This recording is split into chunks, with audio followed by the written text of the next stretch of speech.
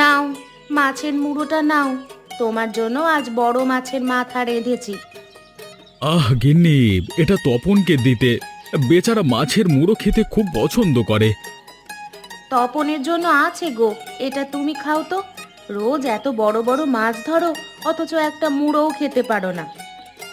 আমি এত মাছ খেতে পারি না গিন্নি, সারাদিন তো মাছেদের সাথেই থাকি, তাই এর প্রতি অনীহা চলে এসেছে। এখন মাছ আছে দেখে খাচ্ছ না, যখন মাছ থাকবে না তখন হাহাকার করবে। না গিন্নি, এমন কোনোদিন হবে না। আমরা সব সময় মাছে ভাতেই থাকবো। বিমল দাদা, তুমি এখানে? আরে ওখানে যে কুরুক্ষেত্র হয়ে যাচ্ছে। কেন রে, কি হলো আবার? জলমহল নিয়ে আমাদের গাঁয়ের জেলেরা এই চৌধুরীদের সাথে ঝগড়া লেগেছে। চৌধুরী লাঠিয়ালরা জেলেদের মেরেছে, আমি যাচ্ছি প্রতিশোধ নিতে। কি, আমাদের গায়ের জেলেদের মেরেছে? তাহলে তো আর বসে থাকা যায় না। গিন্নি, আমার লাঠিটা কোথায়? সে কি, তুমি এখন মারামারি করতে যাবে নাকি? দোহাই তোমার, তুমি যেও না। চৌধুরীরা দলে অনেক, তোমরা পারবে না। না, আমাকে যেতেই হবে। আমার গায়ের লোকেদের মারবে আর আমি কি চুপ করে থাকবো? তা হয় না। বৌদি, দাদাকে যেতে দাও। ওদের উচিত শিক্ষা দিয়েই তবে আমরা বাড়ি ফিরবো। ওই তোমার লাঠি, আজকে এটা দিয়ে সব কটার মাথা ফাটাবো। ওগো, ওগো তুমি যেও না। দোহাই তোমার, ফিরে এসো। ওগো, ওগো তুমি ফিরে এসো। আহা, কাজটা কি করেছে দেখেছো? সবগুলোর হাত পা ভেঙে দিয়েছে। বলি, এভাবে কি মানুষ মানুষকে মারে? জেলেদের কি ওরা এতদিন মানুষ মনে করতো নাকি? প্রতিবার ওদের হাতে আমরা মার খেয়েছি, আজকে মেরে বুঝিয়ে দিলাম আমাদের হাতেও কমজোর নেই। শুনেছ, ছেলের কথা শুনেছ? সেদিনের সেই ছেলে পুলে মুখের উপর কথা বলে। সত্য কথা বললেই মুখের উপর কথা হয়ে যায়। আর বিমল থাম। চৌধুরী মশাই, আপনি ওদের কথায় রাগ করবেন না। ওরা ছেলে মানুষ, না বুঝে কাজ করে ফেলেছে। না বুঝে করেনি গোপাল, ওরা বুঝে শুনেই আমার লোকেদের মেরেছে। ভেবেছো আমি ওসব বুঝি না, তাই না? আপনার লাঠিয়াল বাহিনী শুধু শুধু আমাদের উপর চড়াও হয়েছিল কেন? তখন যে নিরপরাধ কুবের মাথা ফাটিয়ে দিল, তার বেলায় কোনো কথা নেই? দেখেছো গোপাল, দেখেছো কিভাবে মুখে মুখে তর্ক করছে? আর তুমি বলছো ওদের ক্ষমা করতে। ক্ষমা করতে কে বলেছে? আপনার বিচার আপনি করুন। বিমল চুপ কর। তোরা যদি সব বলবি তাহলে আমাকে কেন আনলি? চৌধুরী মশাই, আপনি তো দেখছেন ওরা অবুঝ, কোথায় কোন কথা বলতে হয় জানে না। ওদের উপর আপনি রাগ করবেন না। না না গোপাল, ওদের কথা শুনে মনে হচ্ছে ওরা আমাকে আর মানছে না। আর আমার তালুকে থেকে আমাকে না মানলে তো হবে না। আমার দাদা এখানে তোমাদের আশ্রয় দিয়ে নিজেদের জমিদারির পত্তন করেছিল। আজকে দাদা ও জমিদারি কিছুই নেই, কিন্তু আমি রায়চৌধুরী জীবিত আছি। তাই আমি ঘোষণা করছি, তোমরা আজকে সূর্যাস্তের আগে আমার জমি থেকে চলে যাবে। আমি কোনো অকৃতজ্ঞদের এখানে আশ্রয় দেব না। এ কি বলছেন চৌধুরী মশাই? আপনি আশ্রয় না দিলে আমরা যাব কোথায়? আমাদের যে যাওয়ার আর কোনো জায়গা নেই।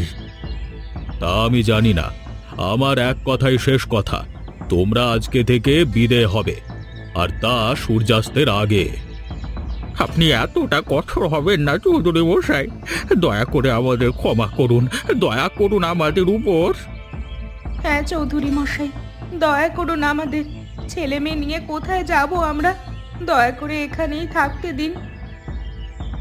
না, আমি কাউকে দ্বিতীয়বার দয়া দেখাই না। তোমাদের যেতে হবে, এটাই শেষ কথা। হায় হায়, এখন কি হবে তবে?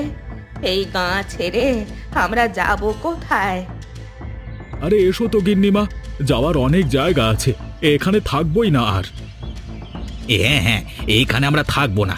দরকার হলে জলের উপর গিয়ে বাস করব, তাও অত্যাচারী চৌধুরীর জায়গায় থাকবো না। আরে যা যা, দেখবো কতদিন ভেসে থাকতে পারিস।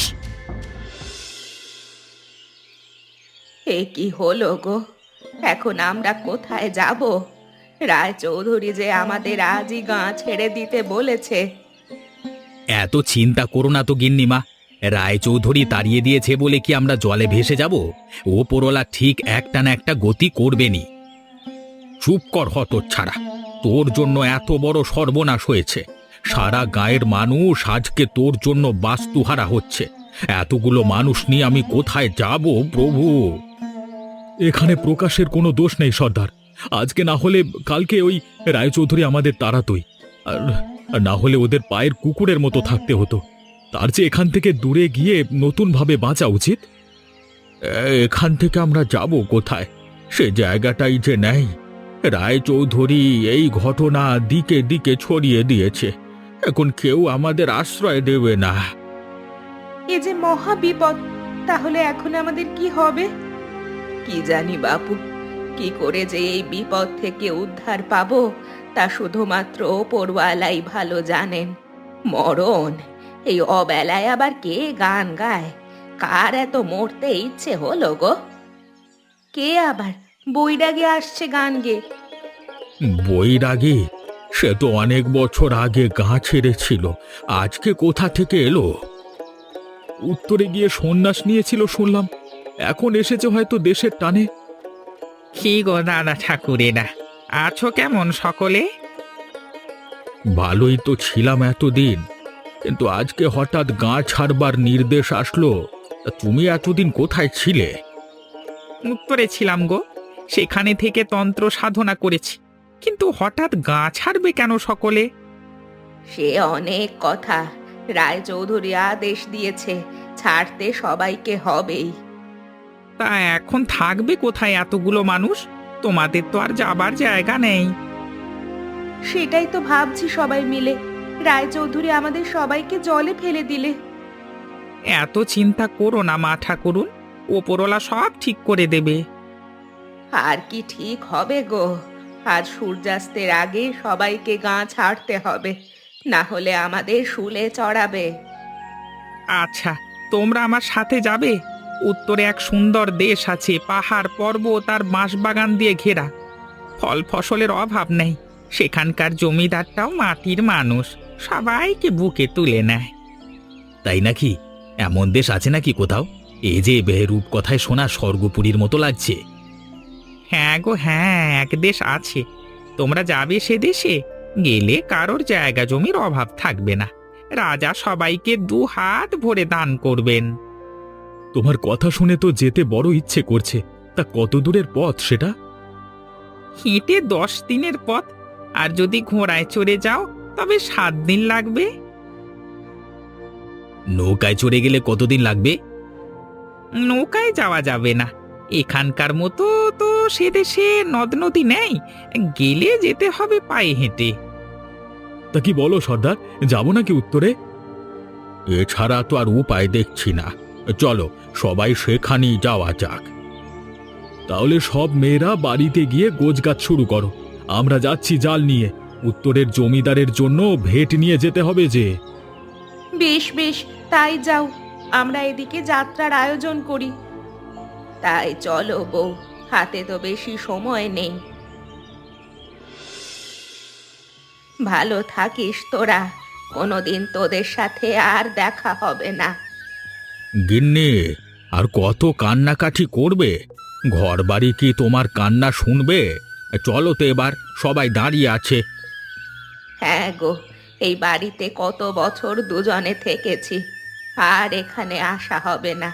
ঘর বাড়ি গাছপালাগুলো আর দেখতে পারবো না। উত্তরের দেশে এর চেয়ে সুন্দর ঘর বাড়ি পাবে। এবার তাড়াতাড়ি এসো। হ্যাঁ হ্যাঁ, তাই চলো। সন্ধ্যের আগেই গায়ের সীমানা ছাড়িয়ে যেতে হবে।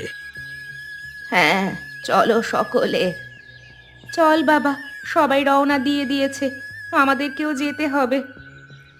আমরা কোথায় যাব মা? বলছে তো উত্তরের দিকে যাবে, এখন কই নিয়ে যায় কে জানে। ওখানে কি এরকম নদী নালা নেই মা? আমরা কি জলে সাঁতার কাটতে পারবো না? সে গেলেই দেখতে পারবি বাছা। এখন চল, সবাই গেল বলে। হ্যাঁ গো, তোমার কাজ শেষ হলো? কখন থেকে ডেকে মরছি, বলি শেষ হয়নি তোমার ওই মোহর গোনা? হ্যাঁ গিন্নি, আমাকে কিছু বললে? না, এতক্ষণ আমি বাতাসের সাথে কথা বলছিলাম। তুমি কি বাতাস? আরে এত রাগ করো কেন? আমি তো কাজের কাজ করছিলাম। হ্যাঁ, কাজ করে একেবারে মহাভারত শুদ্ধ করে ফেলেছো। এদিকে যে গাভীগুলো এখনো জঙ্গল থেকে গোয়ালে আনা হয়নি, সে খবর আছে? সে কি কথা! রাখাল কোথায়? ওনা সকালে গাভী নিয়ে বের হলো। কোথায় আছে কে জানে। মেনুবতী এসে খবর দিল গাভীগুলো নাকি জঙ্গলের গভীরে চলে গেছে। হায় হায় হায়, তাহলে তো সর্বনাশ হয়ে যাবে। তুমি এক্ষুনি যাও তো, সন্ধে হয়ে গেলে আবার বাঘের উপদ্রব শুরু হবে। জমিদার মশাই, ও জমিদার মশাই, বাড়ি আছেন? কে? বৈরাগী নাকি? তা তুমি না সেদিন দেশে গেলে? দেশে তো গিয়েছিলাম, কিন্তু থাকতে পারলুম কই। রায়চৌধুরী আমার গাঁয়ের সবাইকে বের করে দিয়েছে, তাই তাদের নিয়ে আপনার আশ্রয়ে এসেছি। ও, এরাই বুঝি তোমার দেশের লোক? হ্যাঁ জমিদার মশাই, ওরা খুব হতভাগা। আপনি দয়া করে আপনার এলাকায় ওদের আশ্রয় দিন। হ্যাঁ জমিদার বাবু, আমরা অনেক আশা করে আপনার কাছে এসেছি, আপনি আমাদের নিরাশ করবেন না। সে না হয় থাকলে, কিন্তু এখানে করবে কি তোমরা? কেন, মাছ ধরে হাটে বিক্রি করব? না হে ছোকরা, সে কাজ এখানে করা যাবে না। দেখছো না, পাহাড়ি এলাকায় নদী নালা কিচ্ছু নেই। বস্তুত এখানে মাছও পাওয়া যায় না। আমি কতদিন আগে মাছ খেয়েছি তা বলতে পারবো না। হ্যাঁ গো, সেই আমাদের বিয়েতে মাছ খেয়েছিলাম, এরপর আর খাওয়া হয়নি। আপনাদের জন্য আমরা মাছ নিয়ে এসেছি গিন্নিমা, ওই গাড়ি ভর্তি নদীর তাজা মাছ। তাই নাকি? আমাদের জন্য মাছ এনেছো? ওই রে প্রকাশ, মাছগুলো নিয়ে আয় এখানে। এই নিন জমিদার মশাই, এই নিন আপনার বেট। আরে আরে আরে, এখানে তো অনেক মাছ। দেখো দেখো গিন্নি, কত মাছ এনেছে ওরা। হ্যাঁ গো, অনেক মাছ এনেছে। এত মাছ আমি স্বপ্নেও দেখিনি। হ্যাঁ গিন্নি, এ মাছ দিয়ে আজকে আমার বাড়িতে উৎসব হবে। যাও যাও, তুমি পাড়াপড়শি সবাইকে সংবাদ দাও, সবাই আসুক, এসে মাছ দেখুক। যাক বাবা, অবশেষে একটু আশ্রয় মিলল। আর তোমরা যাও, আমার বাড়ির দক্ষিণ দিকটা তোমাদের জন্য বরাদ্দ দেওয়া হলো। আর আপাতত আমার অতিথিশালায় থাকো, কালকে থেকে গৃহ নির্মাণের আয়োজন করবে। বলেছিলাম না গিন্নি, ওপরওয়ালা আমাদের সাগরে ফেলবে না।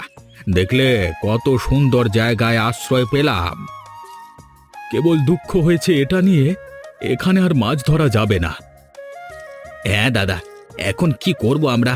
মাছ না ধরলে যে হাত নিষ্ফিস করে। সেসব কথা এখন রাখো। নতুন জায়গায় এসেছো, আগে পরিবেশের সাথে মানিয়ে নাও, তারপর যে কোনো একটা কাজ করে সংসার চালাতে পারবে। ভালো বলেছ বৌমা, তাই করতে হবে। এখন চলো সবাই অতিথিশালায় যাই, কত পরিশ্রমে খুব ক্লান্ত হয়ে গেছি। ওহে গিন্নি, তাড়াতাড়ি করো, কতদিন মাছ খাই না, আজকে পেট ভরে মাছ ভাত খাবো। করছি গো করছি, এত এত মাছ একসাথে কি আর রান্না করা যায়? দিন গিন্নিমা, মাছ ভাজিগুলো আমি করি, আপনি ভাতটা দেখুন। নাও বউ নাও, মাছ ভাজতে ভাজতে আমি হাঁপিয়ে গেছি। ওমা, আর কতক্ষণ লাগবে? কখন থেকে ভাত খাই না, খুব খিদে পেয়েছে। খাবি বাবা খাবি, এক্ষুনি খেতে দিব তোদের। তা ওই মাটির পাত্রটা নামিয়ে রাখ না, সেই গা থেকে ওটা বয়ে চলেছিস।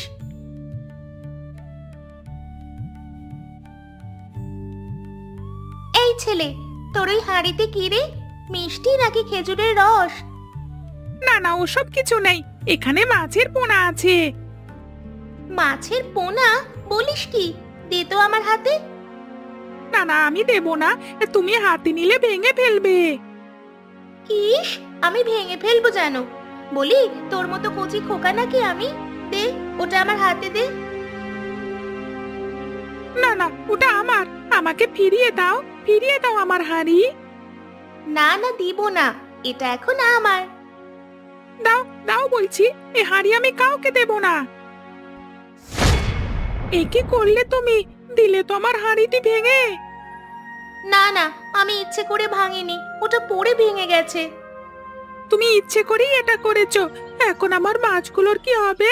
ওগুলো যে জল না পেয়ে মরে যাবে। মরবে না তোর মাছ, তুই আমার সাথে এগুলো নিয়ে আয়, আমি ওদের নিরাপদ জায়গায় রাখবো। কোথায় যাব? আরে আসবি তো আগে, যদি মাছ বাঁচাতে চাস তাহলে তাড়াতাড়ি আয়। হ্যাঁ হ্যাঁ, আমি আসছি। সে কি, এগুলো কি? এগুলো বাঁশ, বৃষ্টির জল এতে ধরে রাখা যায়।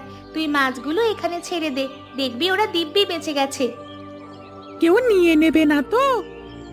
আমার বাঁশ থেকে মাছ চুরি করবে এমন সাধ্য কার আছে শুনি? তুই নিশ্চিন্তে রাখ মাছগুলো। দেখেছিস কি সুন্দর খেলা করছে? হ্যাঁ, নতুন জল পেয়ে খুব খুশি হয়েছে। এখন নিয়মিত খাবার দিলে ওরা তাড়াতাড়ি বড় হয়ে যাবে। বেশ, তাই দিব। কি কি খাবার খায় তোর মাছ? ভাত, শস্যের দানা, গাছের পাতা সব খায়। ঠিক আছে, তাই দিব খন। নে এবার চল, আমরা খেতে যাই।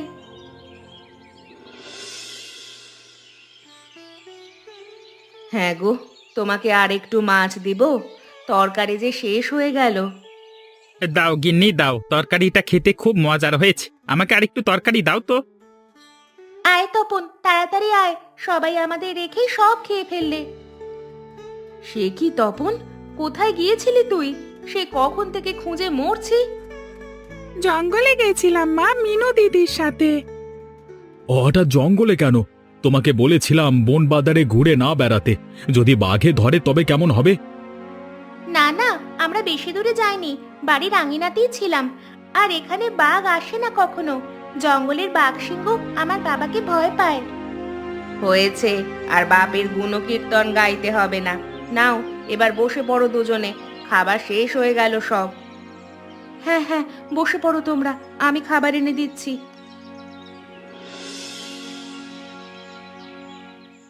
হ্যাঁ গো, ঘরদোর সবই তো হলো। এখন কি করবে তা কিছু ঠিক করেছো? না গিন্নি, কিছুই তো ঠিক করিনি। এখানে নদী নালা কিচ্ছু নেই, তাই মাছের ব্যবসা করা যাবে না। চাষাবাদের জমি আছে, কিন্তু ও কাজ তো আমরা পারি না। তাহলে তো মহা মুশকিল। চাষবাস না করলে সংসার চলবে কি করে? দেখি কি করা যায়। আজকে সর্দার সবাইকে ডেকে পাঠিয়েছে, ওনারা যা সিদ্ধান্ত নেয় তাই করতে হবে। বিমল দাদা, আরে ও বিমল দাদা, ঘরে আছো? কে, প্রকাশ নাকি? হ্যাঁ দাদা, আমি। তা ঘরে কেন? সর্দারের বাড়িতে যে আজকে সভা বসেছে, যাবে না? হ্যাঁ যাব। তা তুই কোথায় যাচ্ছিস? আমি ওদিকেই যাচ্ছি। তোমার বাড়ির সামনে দিয়ে যেতে যেতে ভাবলাম তোমাকে নিয়ে যাই। অচেনা জায়গায় একা চলাফেরা করতে ভয় করে। তাই ভালো, চল চল দুজনে যাওয়া যাক। হ্যাঁ গো, তুমি ফিরবে কখন? ফিরতে ফিরতে রাত হবে গিন্নি, তুমি দরজা বন্ধ করে শুয়ে পড়ো। ঠিক আছে, সাবধানে যেও।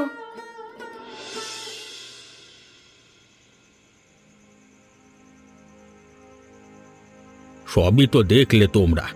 নতুন জায়গায় কোনো জলাশয় নেই, তাই মাছ ধরবার আশা বাদ দিতে হবে। এখন একমাত্র উপায় কৃষিকাজ।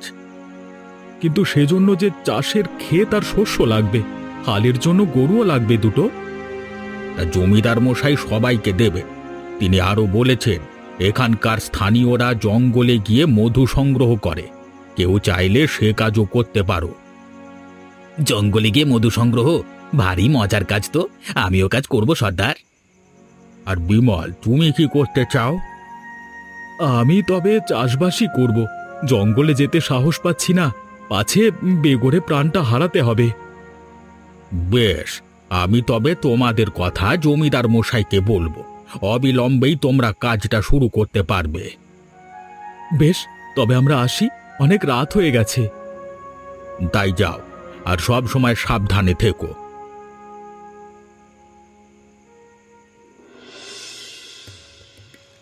গরুগুলো পেয়েছি বেশ, জমিদার মশাই নিজে পছন্দ করে দিয়েছেন। হ্যাঁ গো, এগুলো বেশ পরিশ্রম করতে পারবে। তা চাষবাস শুরু করবে কবে গো? কালকে থেকে শুরু করব। আপাতত ধান আর ডালের চাষ করব, তারপর তিল আর সবজির ক্ষেত প্রস্তুত করতে হবে।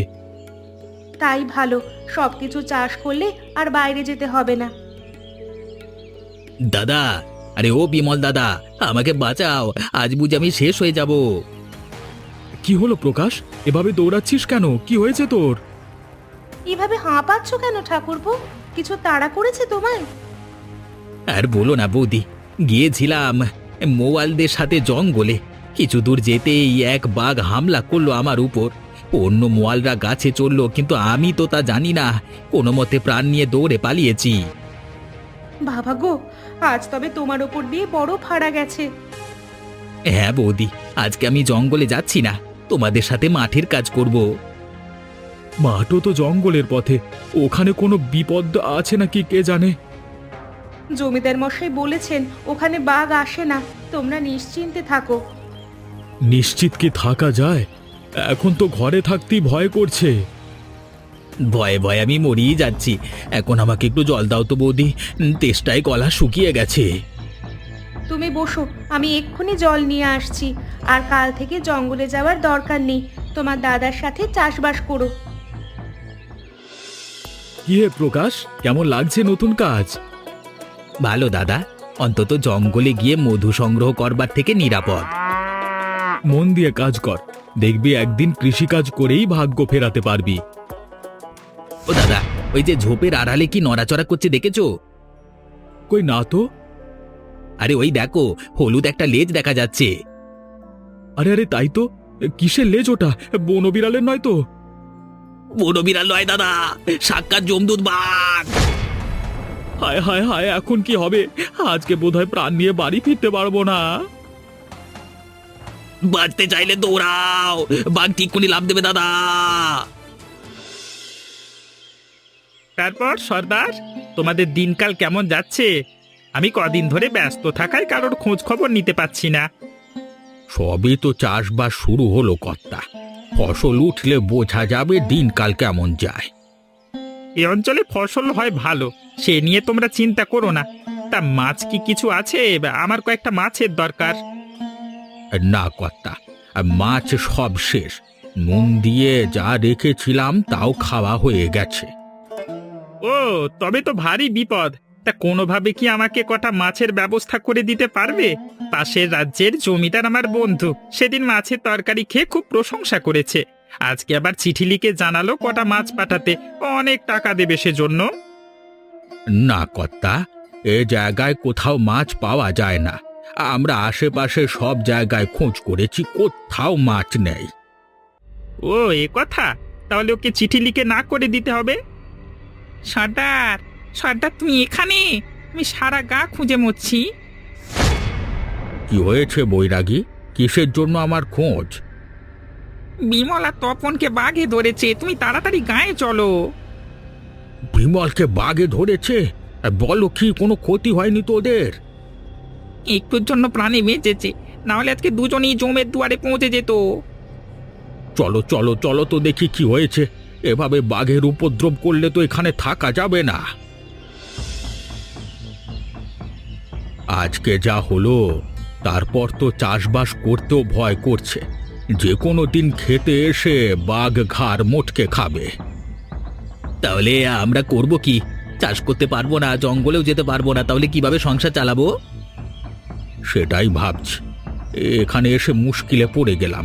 ওদিকে জমিদার মশাই আজকে আবার মাছ চেয়েছিলেন, মাছ দেইনি বলে কিছুটা মনক্ষুণ্ণ হয়েছে। এত সব ঝামেলা কিভাবে যে সামাল দেব? মা, ও মা, দেখো কি নিয়ে এসেছি। সে কি তপন, তুই মাছ পেলি কোথায়? আরে এ তো দেখছি কাতলা মাছ। এ মাছ কোথা থেকে আনলি তুই? বাঁশের ভেতর থেকে কাকু, আরো অনেক মাছ আছে ওখানে। বাঁশের ভেতরে মাছ আছে? এ কিভাবে সম্ভব? সেদিন এখানে আসবার সময় মাটির হাঁড়িতে করে আমি কিছু মাছের পোনা নিয়ে এসেছিলাম। হাঁড়িটি ভেঙে যাওয়ায় মিনু দিদি মাছগুলো একটা বড় বাঁশের ভেতরে রাখতে বলল। সেখানে সব সময় বৃষ্টির জল জমে থাকে। কদিনে জল আর খাবার পেয়ে মাছগুলো বড় হয়ে গেছে। বুদ্ধিটা তো মন্দ নয়। বাঁশের ভেতরে জল জমলে মাছ তো চাষ করা যাবে এভাবে।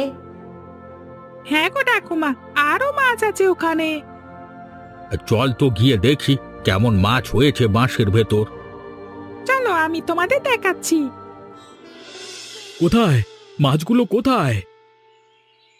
ওই দেখো বাবা, বাঁশের মধ্যে। আরে তাই তো, এখানে যে অনেক মাছ। তাহলে তো একটা কাজ করাই যায়।